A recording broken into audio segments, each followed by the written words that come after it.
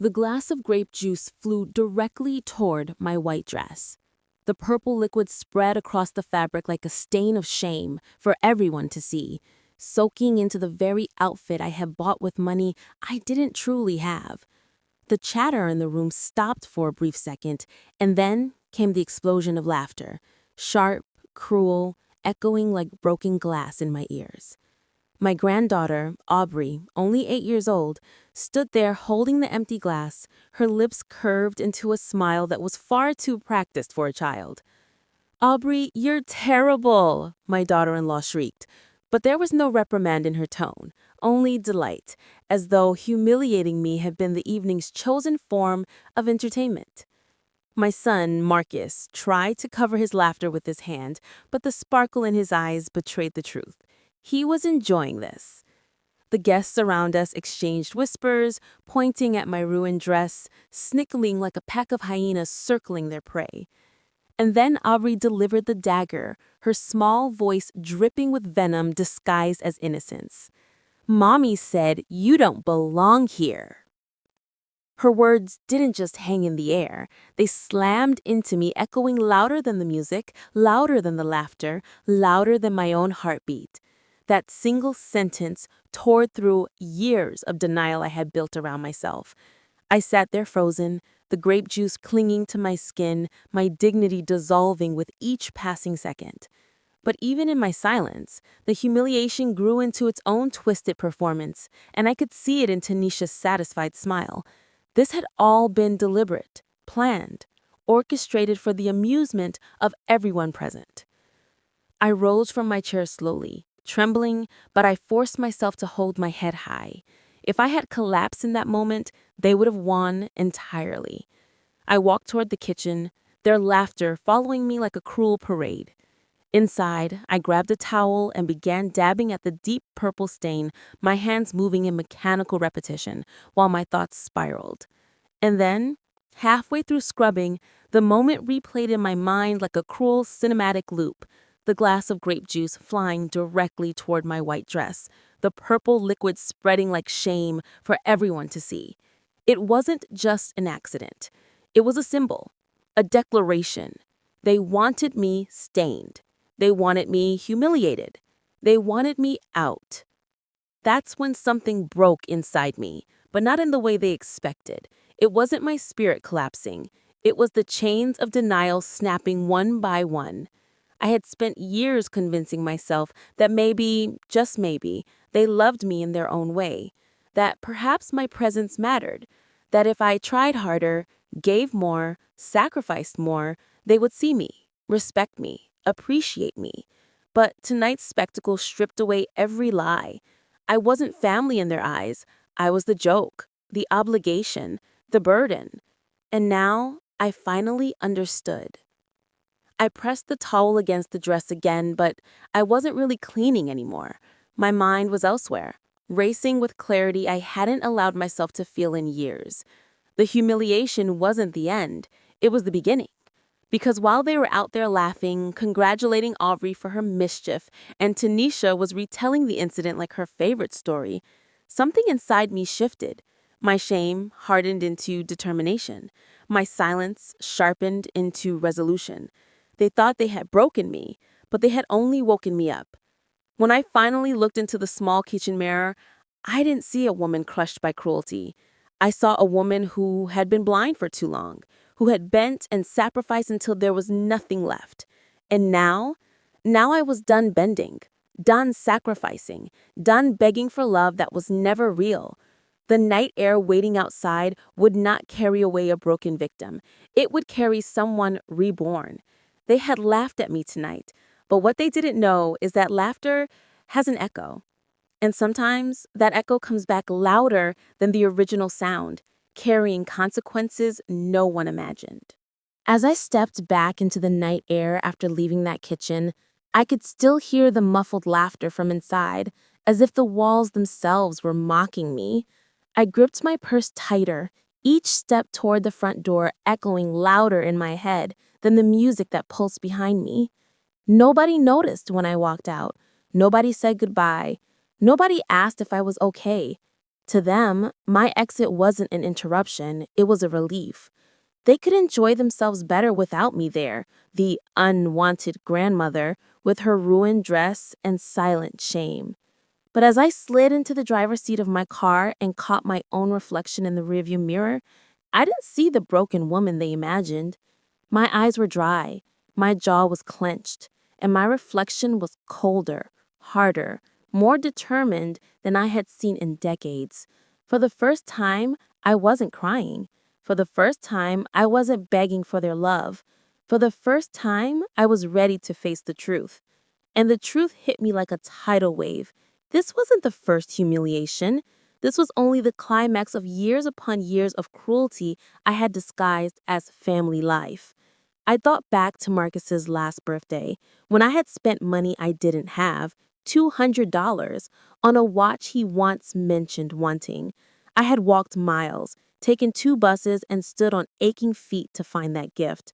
When I handed it to him, his thanks was colder than the wrapping paper. He placed it aside without even a second glance, while Tanisha's gift, a simple shirt, became the centerpiece of the day, praised, admired, and shown off to every guest. My watch sat abandoned, buried under paper scraps, forgotten before the candles were blown out. That was the day I first felt invisible. But tonight, with Aubrey's grape juice soaking into my skin, they made sure I felt more than invisible. They made sure I felt disposable. I remembered Christmas after Christmas where I poured $500 into gifts I could barely afford, wrapping each one carefully, writing personal notes full of love. And what did I get? Last-minute trinkets, sometimes half-used, often thoughtless as if my existence deserved nothing more than leftovers. One year, Tanisha even handed me a jar of face cream she had already opened, saying it hadn't worked for her, but maybe it would for me. I smiled and thanked her because that was the role expected of me, the grateful, humble, old woman who took whatever scraps of affection were offered. But in my heart, I had felt the sting, and tonight I realized I had been swallowing that poison for far too long. The humiliation wasn't new, it was a pattern. And if I was honest, I had let it continue. Because for years I had been afraid of being alone, afraid of admitting that my only son, the boy I raised, the child I sacrificed everything for, had grown into a man who saw me as nothing more than a tool, a wallet, or worse, an inconvenience. I had convinced myself that silence was safer than truth, that acceptance of disrespect was better than the cold void of loneliness. But as I sat in my car, fingers tightening on the steering wheel, something inside me changed. The fear that had controlled me for so long was gone, burned away by the fire of public shame. All that was left now was clarity. I realized something chilling as the memory of Aubrey's smirk replayed in my mind. Children don't invent cruelty that sharp. They learn it, and she had learned it from Tanisha. That woman had been planting seeds of resentment in my granddaughter's heart, teaching her that mocking me was not just acceptable, but praiseworthy. And Marcus? He had let it happen. Worse, he had laughed along. The boy I once held in my arms, who cried on my shoulder when he scraped his knees, had grown into a man who found amusement in my pain. That was the moment I understood. I wasn't just unwanted. I was their enemy, the punchline to their inside jokes, and I had allowed them to write me into that script. But tonight, I decided I would rewrite the ending. The image of that glass of grape juice flashed in my mind again, flying through the air in slow motion, the liquid exploding across my white dress like blood across a battlefield. And just as I had replayed that moment in the kitchen, I replayed it again in my car, not as a symbol of defeat, but as a trigger. That was the moment everything changed. That was the moment I stopped begging to be loved. That was the moment I chose to fight back. I drove home in silence, the night swallowing my car, but inside me, a storm was forming. Every laugh I had endured, every dismissal, every time I had been shoved into the background of their lives, blended into one roaring fire. For the first time, I wasn't afraid of being alone. For the first time, I wasn't afraid of anything at all. Because once a person loses everything they've been clinging to, once their heart breaks in the most public, deliberate way, there was nothing left to lose. And a person with nothing left to lose is the most dangerous of all. That night, back in my small apartment, the silence felt heavier than ever before. But it wasn't the silence of loneliness. No, it was the silence of revelation. The silence that comes after thunder, when the air still vibrates with unseen energy. I sat at my kitchen table, staring at the faint purple stains still clinging to the fabric of my white dress, and I let the entire night replay in my mind. Aubrey's mischievous grin, Tanisha's satisfied smirk, Marcus's glittering eyes, the roaring laughter of strangers who saw me not as family but as a sideshow, the glass of grape juice flying across the room, exploding against me like a cruel declaration. Over and over, the scene repeated itself, and with every repetition, my shame hardened into something else: determination. I thought about the years I had allowed myself to be mocked, dismissed, and used, about the money that had flowed from my hands into Marcus's whenever he had a temporary problem or a work issue that never truly disappeared. The first time he asked me, I was freshly widowed, my husband Robert barely buried. "Mom, I just need $5,000. It's temporary, I'll pay you back." I had believed him. I had wanted to believe him. I gave him the money, not realizing that what I was really handing over wasn't cash. It was permission. Permission to see me as a resource instead of a mother. Permission to keep taking. Permission to keep disrespecting. And he had taken full advantage of that permission for years. The more I thought about it, the clearer it became. Everything that happened tonight was not just an isolated humiliation. It was the culmination of a pattern that stretched back more than a decade. Every Sunday dinner where my food was ignored, every birthday where my gifts were cast aside, every holiday where my presence was treated like a burden, they were all steps leading to this moment. Tonight wasn't just about grape juice. It was about power. It was about showing me that I didn't matter, that I never had. And that realization didn't crush me. It liberated me. I ran my fingers along the table, feeling the cool wood beneath my hands, and I made a promise to myself. Never again. Never again would I beg for their love. Never again would I sacrifice my dignity for scraps of attention. Never again would I sit silently while they laughed at my expense. For the first time in years, I felt a spark of control flicker inside me. And I knew one thing with absolute certainty: their laughter would not last forever, because laughter has a way of turning into screams when the tables turn. And I could feel those tables already beginning to shift. I got up from the table and walked to my small living room where photographs lined the shelves. Pictures of Aubrey as a boy, smiling wide with missing teeth, holding trophies I had driven him across town to win. Pictures of Robert, my late husband, standing proud in the garden he loved so much. Pictures of Aubrey when she was a toddler, still innocent, before she had been taught to sneer at me. My eyes lingered on each image, not with sadness, but with resolve.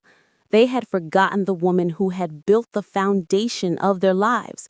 They had forgotten the sacrifices that had carried them to where they stood now. But I hadn't forgotten. And soon, neither would they. Because here's the truth. Families think they can treat the quiet ones however they want to. They think silence means weakness. They think humility means helplessness. But silence can turn into strategy, and humility can turn into a weapon sharper than any blade. They believed tonight was the end of me. What they didn't know was that tonight was the beginning. The image of the grape juice kept flashing in my mind, but this time it didn't sting. This time it burned like fuel. That stain on my dress was no longer a mark of humiliation. It was my reminder, my symbol, the line in the sand that divided my old life from the new one I was about to create. I whispered to myself as I folded the ruined dress and set it aside. You don't belong here. Aubrey's words had been meant as a dagger, but now they were my armor. She was right. I didn't belong there, but not because I was unworthy, because I was destined to rise beyond them. The morning after the party, the city seemed quieter than usual, as if it too knew that something had shifted. I woke up with the same image replaying in my mind. The glass of grape juice flying through the air, the splash across my white dress, and the sound of laughter echoing around me. But this time, that memory no longer hurt. It fueled me. While Marcus and his circle likely celebrated their victory over me, sipping expensive wine and gossiping about the old woman they had embarrassed, I sat at my small wooden desk and opened a folder I hadn't touched in years. Inside were documents, bank statements, loan agreements, and letters that told a very different story about the empire my son and his friends had built. Because the truth, hidden under layers of luxury and arrogance, was that their empire stood on fragile ground, and I was one of the few who knew exactly where the cracks lay. I had learned to stay quiet over the years, to observe. That was my gift, the one they underestimated. While they threw parties and flaunted their wealth, I had seen the unpaid debts, the shady deals, the careless spending that propped up their lives of excess. I had signed papers for Marcus once, years ago, without fully realizing what they meant. Back then, I was still blinded by grief after Robert's death, desperate to help my son succeed. But later, as I read through copies I had quietly kept, the truth emerged. Their empire wasn't wealth. It was a house of cards, and I held some of the missing cards in my hands. The more I studied, the more it became clear that Marcus and his wife weren't just cruel, they were reckless. Their arrogance had made them careless. They believed they were untouchable, that the laughter at the party would last forever. But life has a way of collecting debts, and theirs were long overdue. I thought back to Robert, to how careful he had been with money, to how he taught me that pride without humility always leads to ruin. I could almost hear his voice as I sifted through the papers. Patience, Evelyn. The wheel always turns. And in that moment, I realized maybe it wasn't me who didn't belong at that party. Maybe it was them who didn't belong in the world of respect and honor they pretended to own. That very week, the first crack appeared. News broke that Marcus's company had missed a major payment to one of its investors. Rumors spread through the city's business circles like wildfire. I heard about it from a neighbor before Marcus even admitted it himself. For years, he had been the golden boy, the man with the Midas touch. But now, whiskers of failure began to circle him like vultures. And though I should have felt pity, I felt something else. Justice.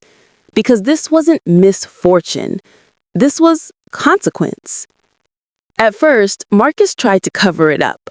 Lavish dinners, bigger parties, louder laughter. He thought distraction could silence truth. But distraction only works when people want to believe it.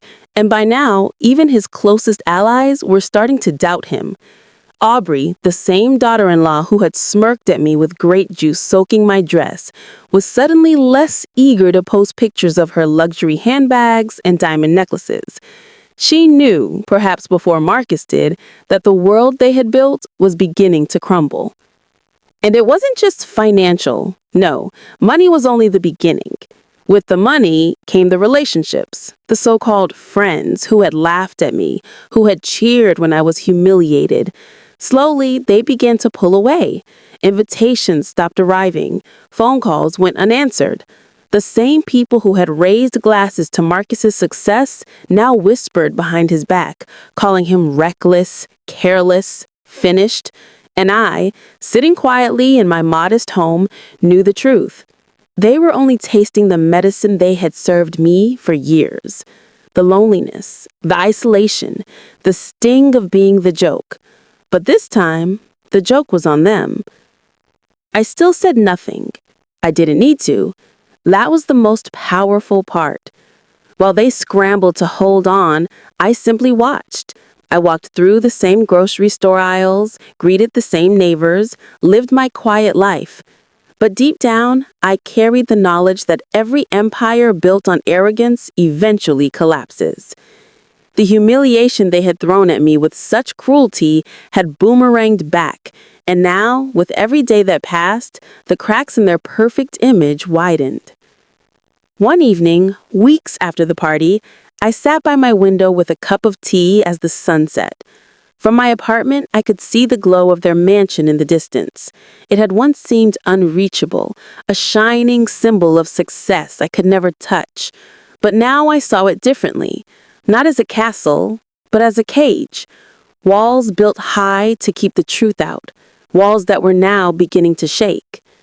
And as I sat there, the same thought kept circling my mind. This is only the beginning. Because humiliation has a strange way of reshaping people. For some, it breaks them, but for others, it awakens them. The night of the party had been their performance, their cruel comedy at my expense. But the days that followed became my silent revenge. And though I hadn't lifted a finger, though I hadn't spoken a word, the universe itself seemed to have picked up the thread I left hanging that night. The grape juice, the laughter, the shame, it had all been the opening act.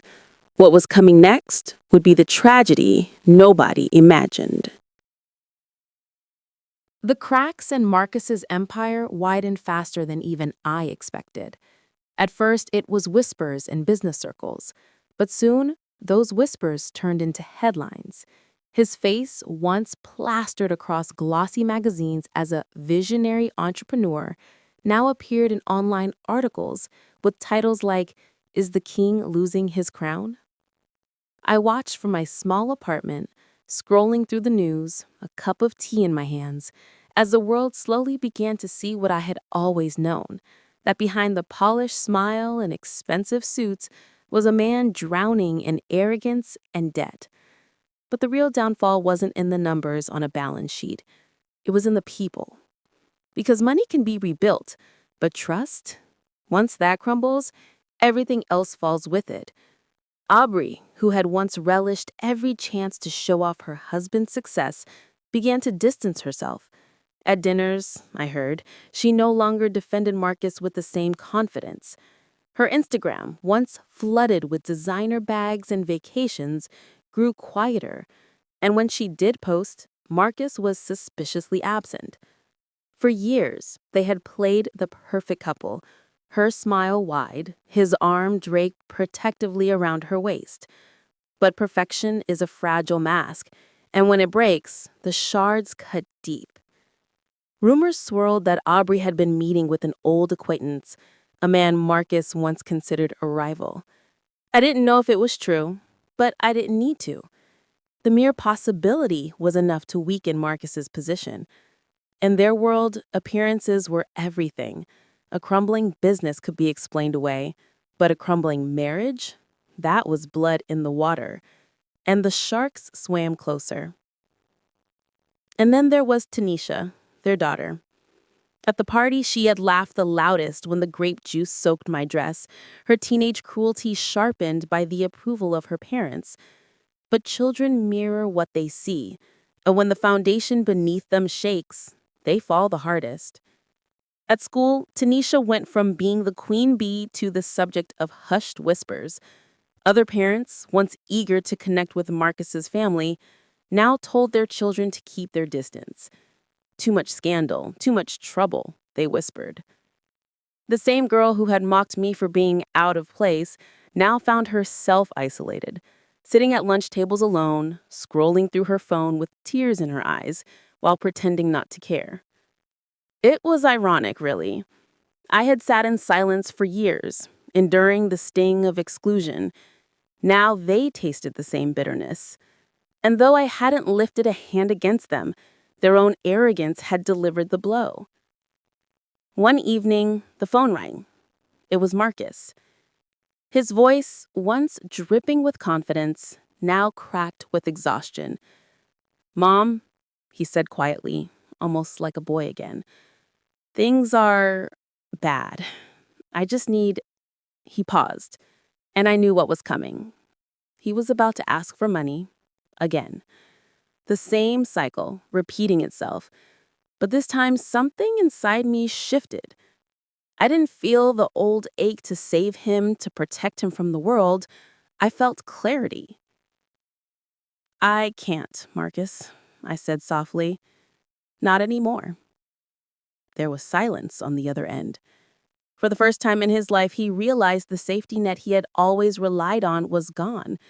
He tried to argue, tried to charm, tried to guilt-trip me with words like family and loyalty.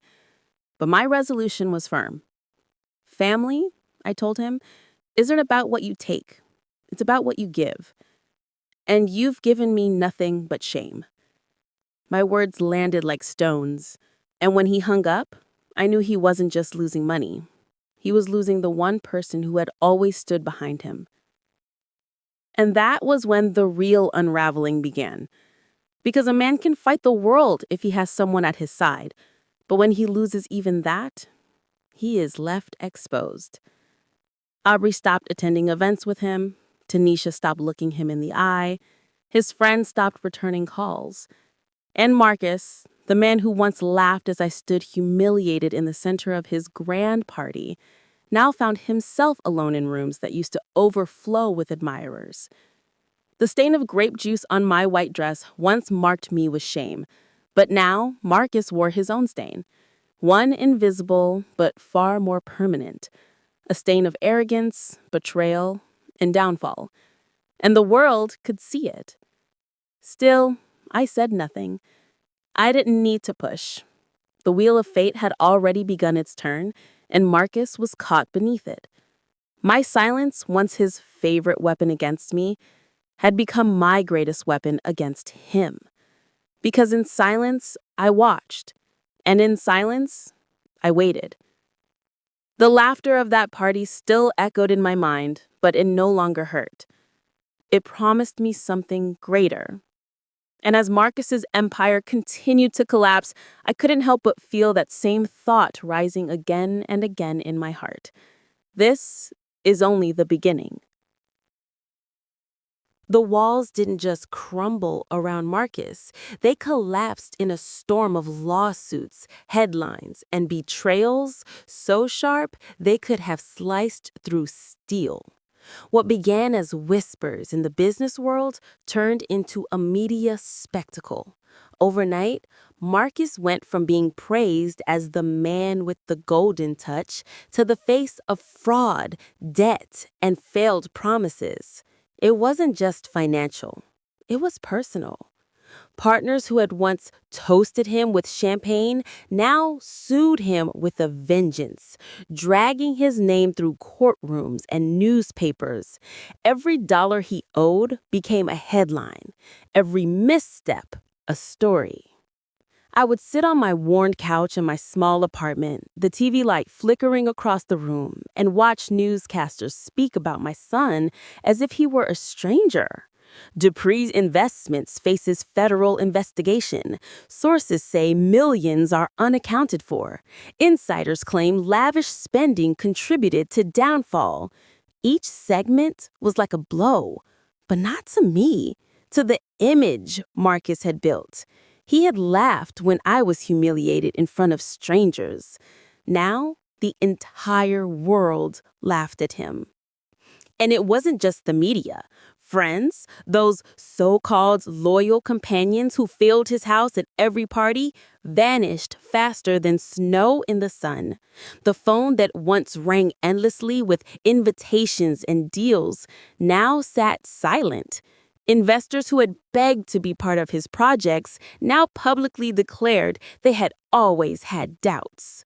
The men who had raised their glasses to him at the head of long dining tables now whispered behind his back We knew this would happen. But the deepest betrayal came from within his own home.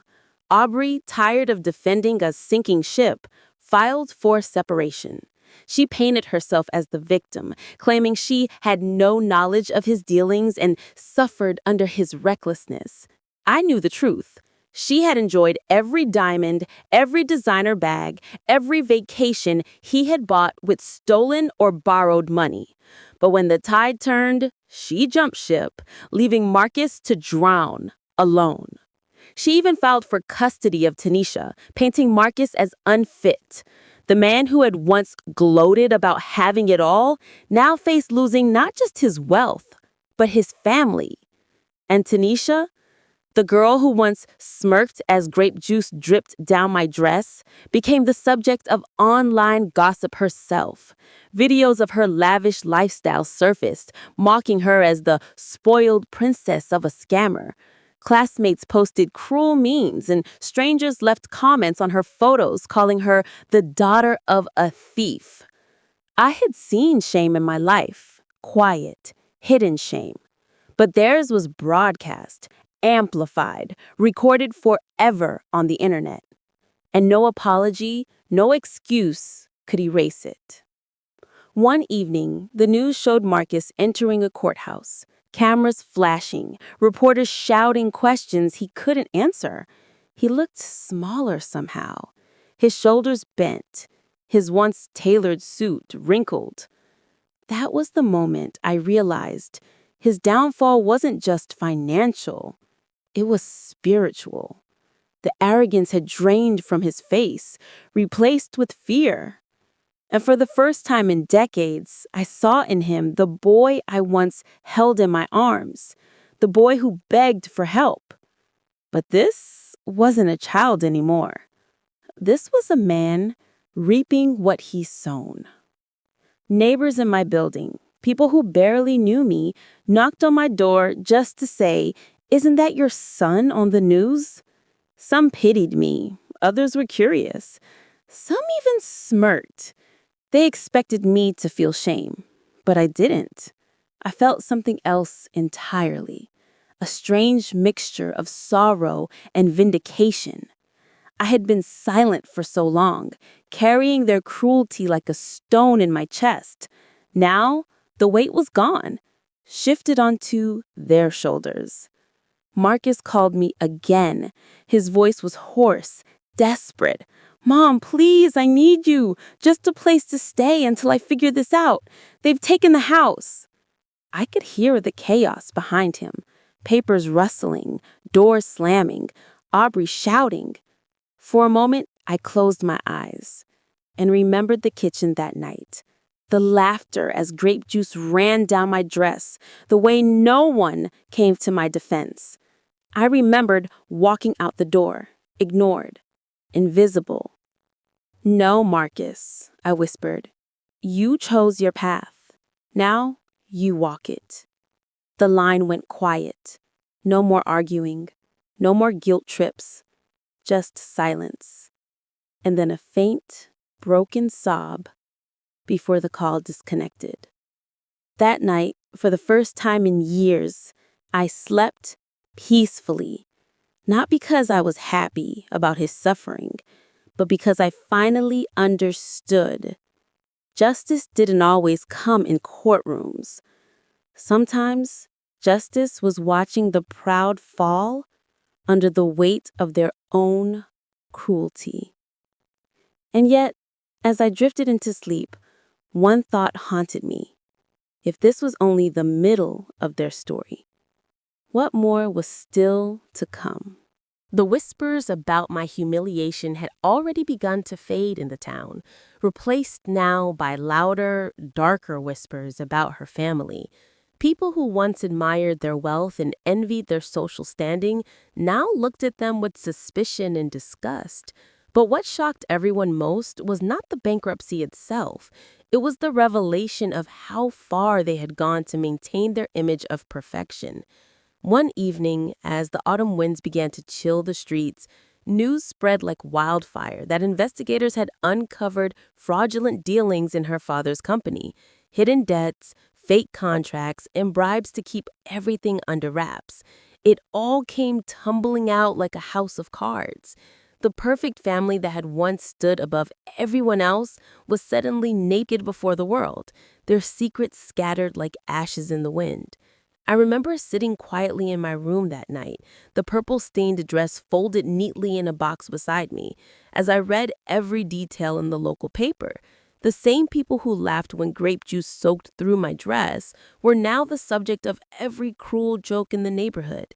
At the market, in schools, even in hushed conversations at Sunday gatherings, their downfall became entertainment. And for the first time, I saw the cycle for what it was. Humiliation was a currency people traded in, and now the balance had shifted. But the most unexpected twist came not from what the world said, but from what she herself confessed. Cornered by the weight of disgrace, she reached out to me in secret, tears streaming down her once proud face, begging me to listen. Her voice cracked as she admitted that the cruel act at the party was never about me at all. It was her own insecurity, her own fear of being unmasked. She wanted to redirect everyone's attention to me so no one would notice the cracks already forming in her family's life. In that moment, I realized the grape juice wasn't just a childish prank. It was the desperate cry of someone drowning in secrets too heavy to carry. The irony was staggering. The very act meant to protect her image had instead accelerated its collapse. And there, as she sat trembling, stripped of her arrogance, I felt something I never thought I would: compassion. Not for the act itself, but for the truth it revealed. Behind every mask of cruelty, there is often a story of fear. And sometimes, life has a way of making those fears come true, no matter how tightly you try to hold them back. Her confession shook me to the core, not because it excused what she had done, but because it revealed the fragile, messy truth hiding behind the glossy image of her life. I had always imagined her as untouchable, confident, and cruel by choice. But in that quiet moment, I saw her as something else entirely: a frightened girl trying to hold together a collapsing world. Still, the weight of her family's downfall was not something a single apology could erase. The town grew colder toward them by the day. Once their mansion had been filled with laughter, parties, and glittering lights that spilled into the streets. Now the windows were dark, the garden unkempt, and silence hung heavy in the air. Their cars disappeared one by one, repossessed by banks, their designer clothes sold discreetly at pawn shops, and whispers about possible prison sentences grew louder. People who once fought to be near them now crossed the street to avoid their shame. I thought that would be enough: public humiliation, financial ruin, and exposure of lies. But life had more twists to deliver. One night, just before winter's first snow, an ambulance appeared outside their gates. Their father, unable to bear the collapse of everything he had built, had collapsed himself. Some said it was a heart attack, others whispered it was the crushing stress. But all I could think about was how quickly pride can turn to ashes. And as the sirens wailed through the night, I felt the strangest mixture of emotions: sadness for the human cost of greed, anger for the cruelty they had once shown me, and awe at how life itself had orchestrated their downfall more perfectly than any revenge I could have planned. Yet the story did not end with their ruin. In fact, what came next revealed something even more haunting about human nature. The same crowd that had mocked me at the party, the same voices that had cheered their wealth and scorned me, now turned on them with venom. It was as if the town fed on their pain, eager to devour every detail of their misery. Watching this unfold, I realized I had been given a rare perspective. I had seen both sides of the cycle: the cruelty of humiliation and the cruelty of watching someone else's destruction. It left me with a question that echoed louder than the gossip in the streets. Was I any different if I found satisfaction in their downfall? The truth stung, because part of me did feel satisfied. The girl who once drenched me in grape juice now sat alone, stripped of everything she thought made her powerful. But another part of me knew that this satisfaction was temporary, fleeting, and dangerous. And so, in the quiet of my own room, I decided that this story, though filled with twists and sharp turns, wasn't really about revenge at all. It was about what humiliation teaches us, how quickly the tables can turn, and how important it is to never lose yourself in the laughter of the crowd. The true ending wasn't in their ruin, but in my choice of what to carry forward from it. The days turned into weeks, and soon the echoes of their downfall became the new normal in town. Their mansion, once the symbol of grandeur, was finally put up for sale. Strangers walked through the halls that had once hosted the loudest parties, pointing at the chandeliers and marble floors as if touring a museum of arrogance. She and her family moved into a modest apartment on the other side of town, far from the street where they had once looked down on everyone else.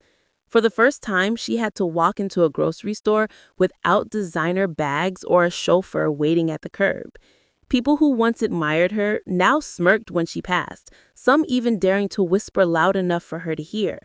And I realized then, with the mix of unease and clarity, that her story had become a mirror of mine, only magnified 100 times over. At that infamous party, I had been the one with grape juice staining my white dress, the one mocked and laughed at while the world watched. But now, her entire life had become the stain, visible for all to see, and no laughter could wash it away. And yet, when I crossed paths with her one chilly evening, her eyes no longer carried the arrogance I once knew. Instead, they held the weary humility of someone who had seen too much, lost too much, and understood too late. She stopped, hesitated, then whispered, "I'm sorry." And in that single moment, everything shifted. The revenge I thought I wanted no longer mattered. What mattered was the strange truth life had revealed. Humiliation is a circle. One day you are the center of it, and another day someone else takes your place. That night, when I returned home, I took out the box where the purple-stained dress still lay folded. I looked at it not with bitterness, but with gratitude. It had been the beginning of a story that changed me forever. It had taught me that shame can be survived, that cruelty often hides deep fear, and that the world's laughter is loud but fleeting. I decided I would never let a stain define me again, because in the end, the most powerful twist wasn't her family's fall or the scandal or the gossip. It was that I rose from my humiliation stronger while she was consumed by hers. And maybe, just maybe, that is the lesson people need to hear. Never measure your worth by the way others treat you, because the same crowd that laughs today could very well be crying tomorrow. Life has a way of rewriting the script in ways nobody imagines.